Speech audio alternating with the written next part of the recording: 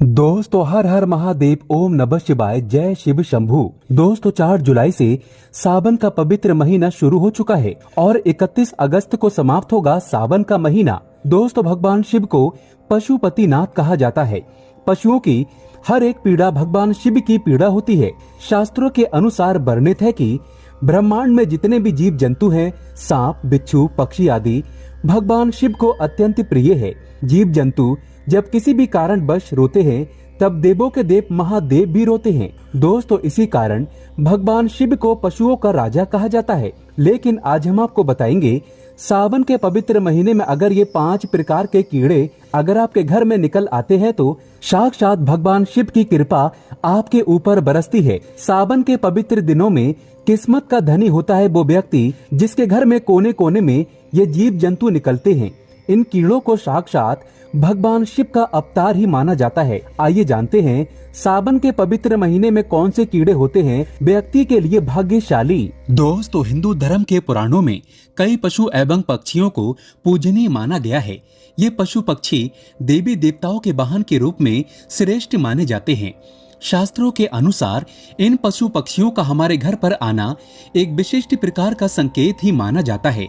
इसके पीछे शास्त्रीय और वैज्ञानिक दोनों कारण है। शास्त्रों के अनुसार कुछ विशिष्ट प्रकार के पशु पक्षी वातावरण में उपस्थित सकारात्मक ऊर्जा की किरणों को महसूस करते हैं और उसी सकारात्मक ऊर्जा का पीछा करते हुए वे विभिन्न स्थानों पर जाते हैं। जैसे हमारा मन मंदिर में जाने पर प्रसन्न होता है, उसी प्रकार से इन पशु पक्षियों को सकारात्मक ऊर्जा वाले स्थानों पर जाने पर प्रसन्नता होती है।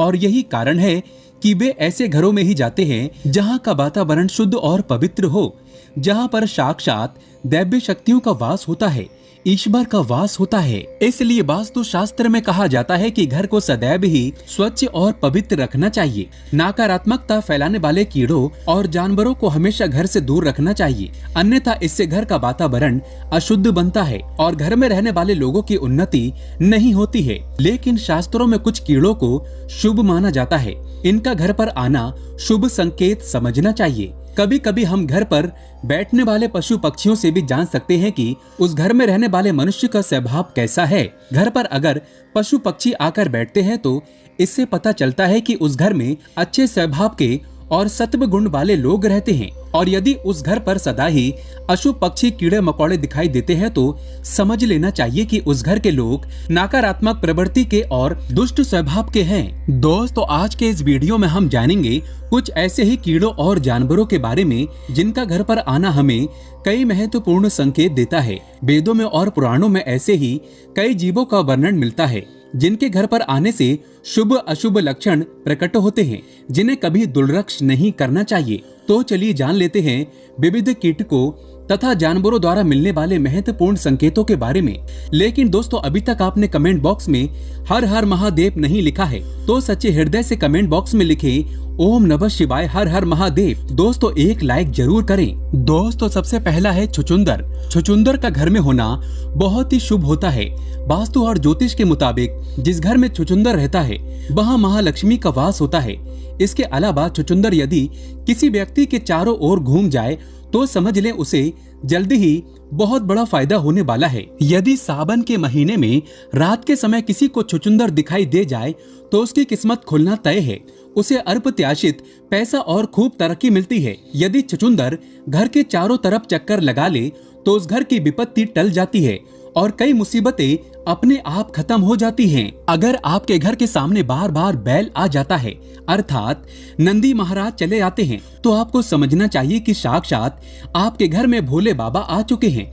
नंदी महाराज को कुछ न कुछ मीठा अवश्य खिलाना चाहिए। खासकर सावन के महीने में नंदी महाराज के ऊपर भगवान शिव विराजित रहते हैं और ऐसे घर में जाते हैं जो भक्त सच्चे दिल से भगवान शिव को पुकारते हैं। वो आपका हाल चाल और आपकी भक्ति की परीक्षा लेने आते हैं। अगर आप उस परीक्षा में पास हो जाते हैं तो भगवान शिव सदैव के लिए आपके हृदय में और आपके घर में अपना वास बना लेते हैं। इसलिए सच्चे दिल से आंखें बंद करके देखें, आपको नंदी महाराज के ऊपर भगवान शिव के दर्शन होंगे। दूसरा जीव है चूहा।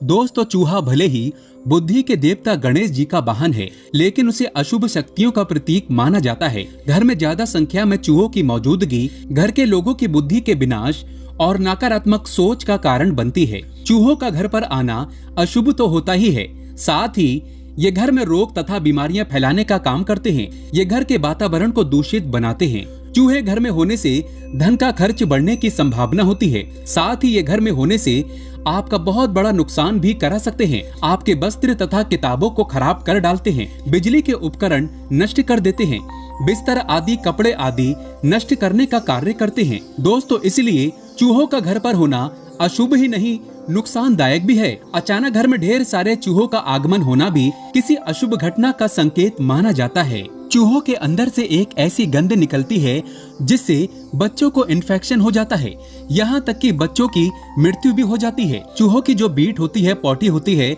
इसके कारण बच्चों की मृत्यु हो जाती है। चूहों के अंदर से ऐसी गंध निकलती है जिसके कारण आपके घर में छोटे छोटे बच्चों को इन्फेक्शन हो जाता है, जिसके कारण वो बीमार पड़ जाते हैं और धीरे धीरे पूरे घर का विनाश हो जाता है। तीसरा है मधुमक्खी।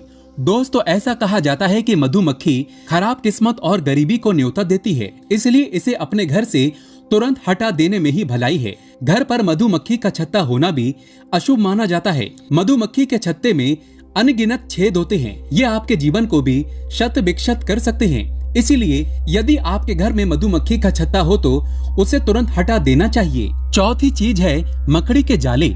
वास्तु की दृष्टि से घर में मकड़ी का जाला लगना अच्छा नहीं माना जाता है।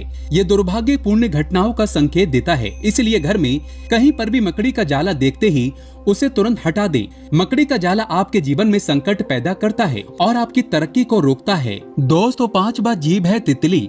तितली का घर में आना बहुत ही सौभाग्य की बात है और ये एक अच्छा संकेत भी माना जाता है। इसका तात्पर्य ये है कि आपको बहुत ही जल्द कोई शुभ समाचार मिलने वाला है। तितली का बार बार घर में दिखाई देना किसी बहुत ही शुभ घटना का संकेत माना गया है। तितलियां रंग बिरंगी होती हैं।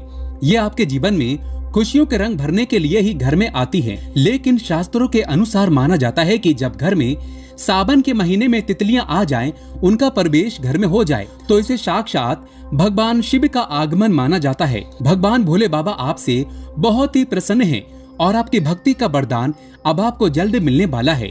किस्मत का धनी होता है वो व्यक्ति जिसके घर में सावन के महीने में तितली आ जाए, इसलिए गलती से भी इस जीव को नुकसान नहीं पहुंचाना चाहिए। तितली जितनी अधिक खूबसूरत होती है, आपके जीवन में उतनी ही अधिक खुशियां लाती है। छठा जीव है भंवरा।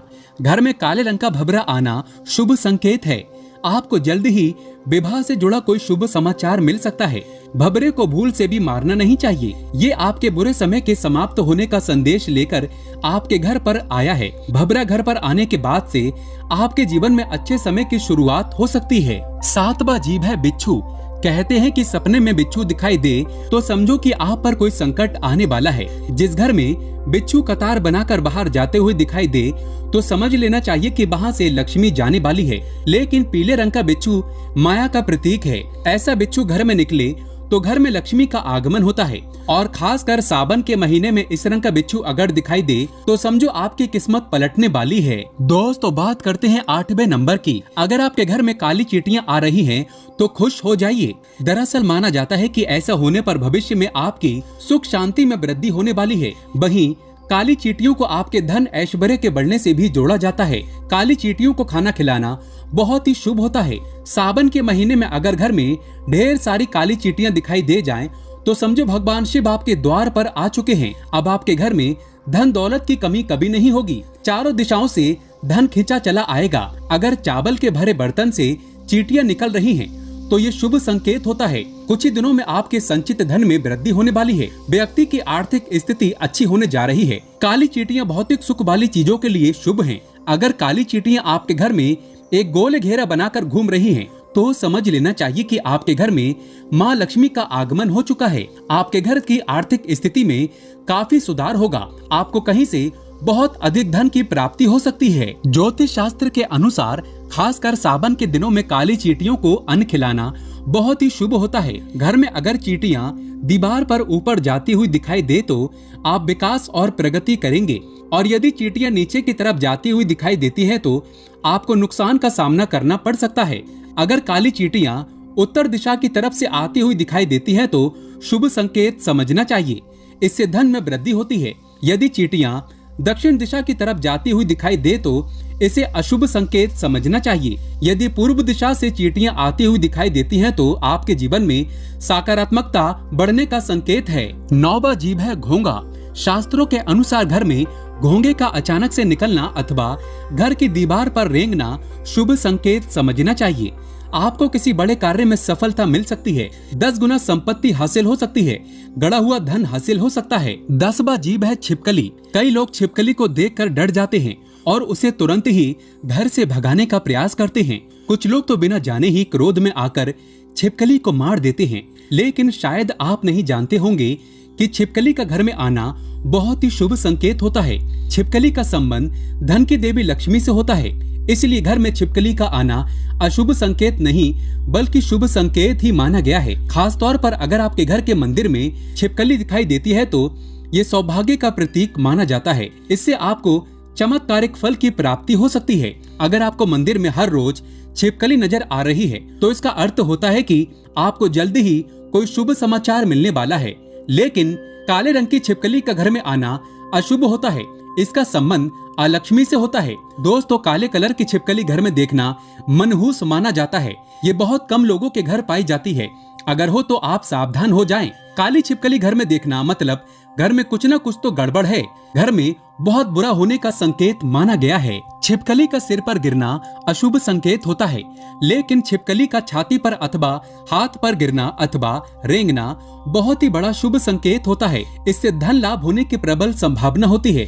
कई लोग छिपकली को विषैला जीव मानकर उसे तुरंत मारने के लिए दौड़ते हैं, लेकिन छिपकली को कभी मारना नहीं चाहिए। उसे माँ लक्ष्मी का रूप मानकर उसको प्रणाम करना चाहिए। इससे शुभ फलों की प्राप्ति होती है। दोस्तों, इस प्रकार से घर में इन जीवों के आने से हमें शुभ अशुभ संकेत मिलते हैं। उम्मीद है आपको ये जानकारी अच्छी लगी होगी। सच्चे दिल से कमेंट बॉक्स में लिखना ना भूलें। हर हर महादेव, ओम नमः शिवाय। भगवान भोले बाबा कालों के भी काल हैं, और जब भगवान शिव का आशीर्वाद आपके ऊपर हो तो भला काल आपका क्या करेगा। एक लाइक जरूर करें।